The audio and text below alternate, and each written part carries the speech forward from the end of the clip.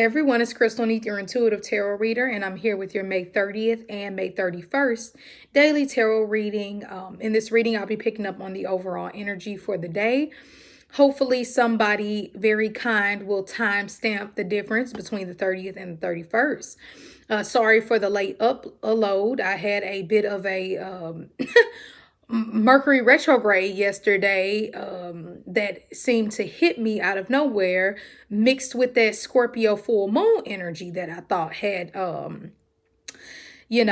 faded out, but apparently it didn't. So please forgive me, and no, it wasn't a Mercury retrograde yesterday, but it definitely felt like one for me, and a lot of that full moon energy, which I get it, the full moon energy lingers until the next full moon. So it's not like I don't know that, but I think that it was just very much brought to my awareness yesterday. So it threw off some things, and it had me not being able to upload the video in a timely manner. So with that being said, let's get to the overall message of today, May 30th. The first card that we have out is the Queen of Swords. We have the 9, and let me turn these around so you all can see.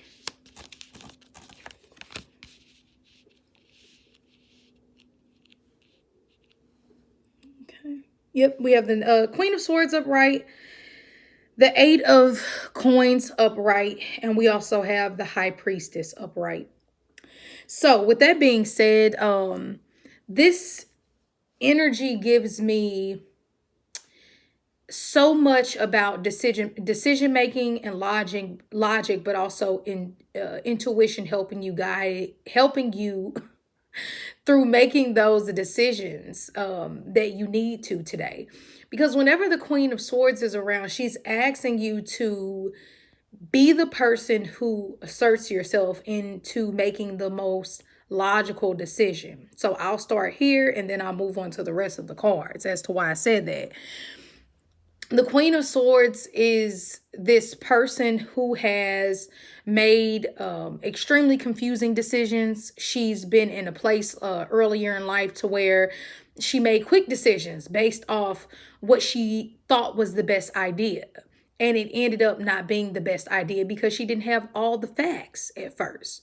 When the Queen of Swords was younger, she would hurt others too with her words because she made these quick, rash decisions that came with actions that followed of words that were quickly said that she didn't really mean, or that she did mean, but she should have thought about it first before she said it. And then eventually she grew and she matured into this person who learned how to take the time to balance things out. Logic and facts are important, but you also have to balance it out with the heart.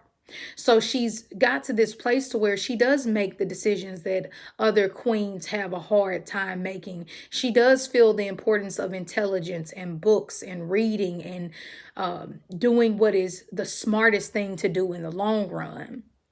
But with that being said, it took time. It just didn't happen overnight. So this is the decision-making queen asking you that whatever you're faced with today, and it could be a business opportunity, it could be something that you really have to have a lot of patience with as a parent.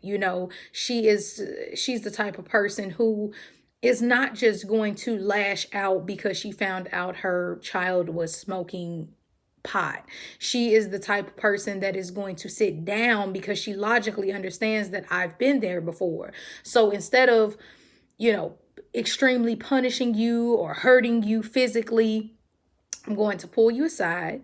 I'm going to give you a stern talking to, and you will get consequences, but they will be consequences that are just, that make sense, so that this won't happen again.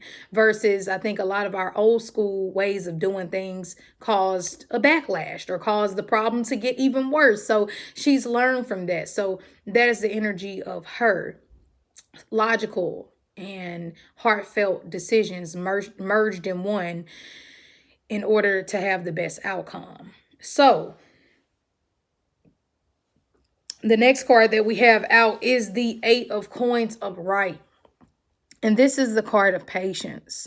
Everything is still in the building process. Nothing is completely done, but you have to go to your practical understanding with this card, because it's like if you're running a business, it's not going to just pop overnight. You're not just going to have people who just give you handouts or want to just help you. Now, yes, if you're blessed, you will have people who will come along the path, but the Eight of Coins is not looking for help. It is willing to go down to the office to fill out the paperwork, enroll themselves back into school. They're not making excuses. They are realizing that my life has to change and I have to do it, and it's going to take time, but I'm willing to put forth that energy. This is also the energy of a dedicated, stable lover whenever this card pops up in a love reading. So you have to stay dedicated to the path that you're on. I know that sometimes it can be hard when certain things are revealed to you or certain things come up that we don't expect, but ultimately, through your patience and through your persistence, the Eight of Pentacles is saying you will be paid out. Things will come together for you, whether it's work, whether it's in your emotional life, whatever it is, but you have to do it in a slow, practical way. Anger, what do they say? Slow to anger, quick to listen, slow to speak, whatever it is. You get, this is that energy. It brings more wisdom and balance within your life overall. Then to finish it, we have the High Priestess. And this is more than a queen. This is a goddess energy. This is Mother Earth energy. This is the woman who is the keeper of all the secrets within our universe. So she knows everything.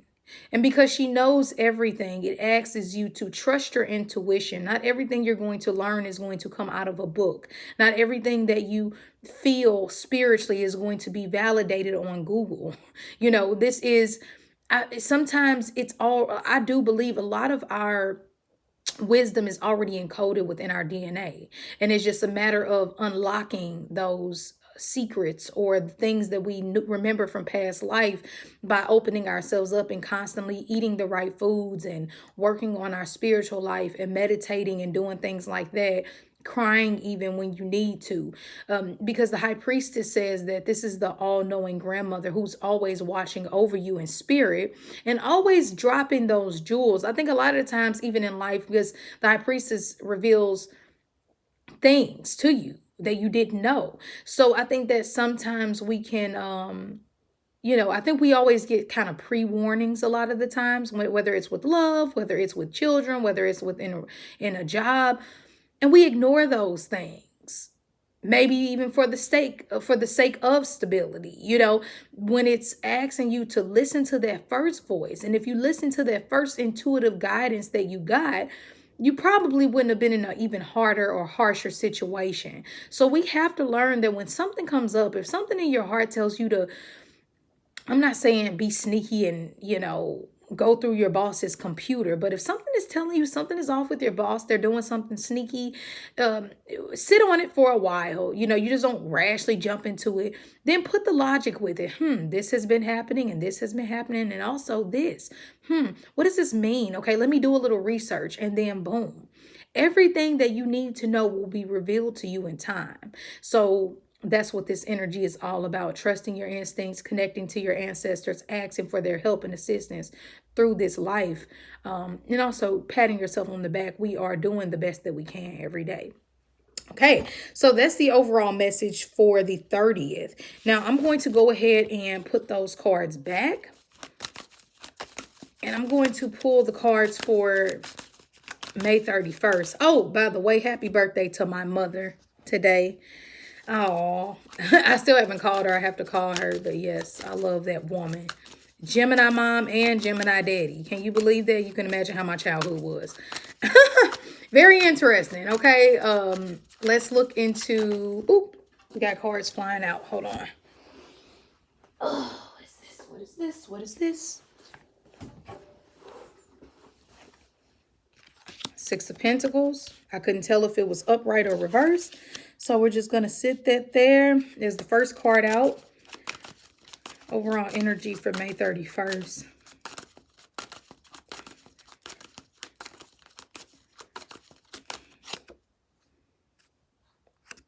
Nine of Coins. This woman has been visiting us.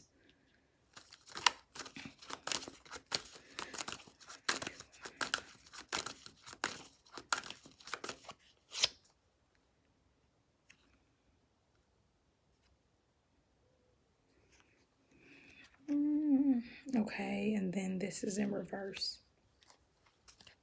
Okay, so we have the 6 of coins, the 9 of coins, and the 7 of wands in reverse. Okay, so the first card out for May 31st, being the 6 of coins, is the card of give and take, the have and the have nots, giving and receiving, balance. And that's what life is about. It's about this harmony and somehow balance that we have to keep in order to keep our sanity. You can't be a giver all your life. I hear so many people say, oh my gosh, Crystal, I'm such a loving, giving person. All people do is walk over me. I've been so hurt every time I'm in a relationship. Somebody cheats on me and I don't get it. I'm such a good person. Get that out of your head. Good people, it's not this black and white, I'm a good person, they're a bad person. What gives you the right to deem, of course we get it. Like some things, people being pedophiles and shit like that, like we get it. But overall, haven't we learned by now that it doesn't matter if you do a million good deeds? Obviously, it's something that you're missing if your life is still out of balance. You cannot do a million good deeds and not correct the wrong. You cannot live in this fairy tale land of I'm just such a good person and I just want to love and I just want to give love. But why are you doing it? It's probably because you never were properly loved yourself. And you've tried to get over this. You've tried to do things to avoid the situation that you are codependent, and you do things to help and aid to others because you wish others would do this to you. But probably even when they try to do it, you don't accept it because you've gotten into this mentality where you're saying to the universe, where you're saying to God, I can help, but I don't need to be helped. I can give, but I don't want to accept. And that is unhealthy. And that's where we get into the balance of things. And that's why we say, you have to balance the light and dark within yourself. You of course, you want to feed the positive energy more because negative energy can be cancerous to your body. But at the same time, you have to face the darkness. Darkness does not always equal negative. Darkness is the hidden, it's the subconscious, it's the things that you don't want to face. It is those things. So if you go through life, I'm a good person, I help animals, I'm a good person, I love everybody, I give people the shirt off my back and nobody's ever there for me. Well, you want to know why? Because you should have kept that shirt on yourself. You should have put yourself first and balanced things out with the 6 of coins instead of trying to help and aid the world. Can you imagine? And this is where we get into God. I don't want to get into politics, and you know what? I'm not even going to go there. But you can imagine if you have a little sister who has a drinking problem or who has a hard time seeing how serious life can be. And you've gave her aid through this time. You let her stay with you. She can't keep a job. She doesn't pay her half of the phone bill. Yet you still keep giving. You are not helping. You are hurting. So now you are not keeping the balance of life.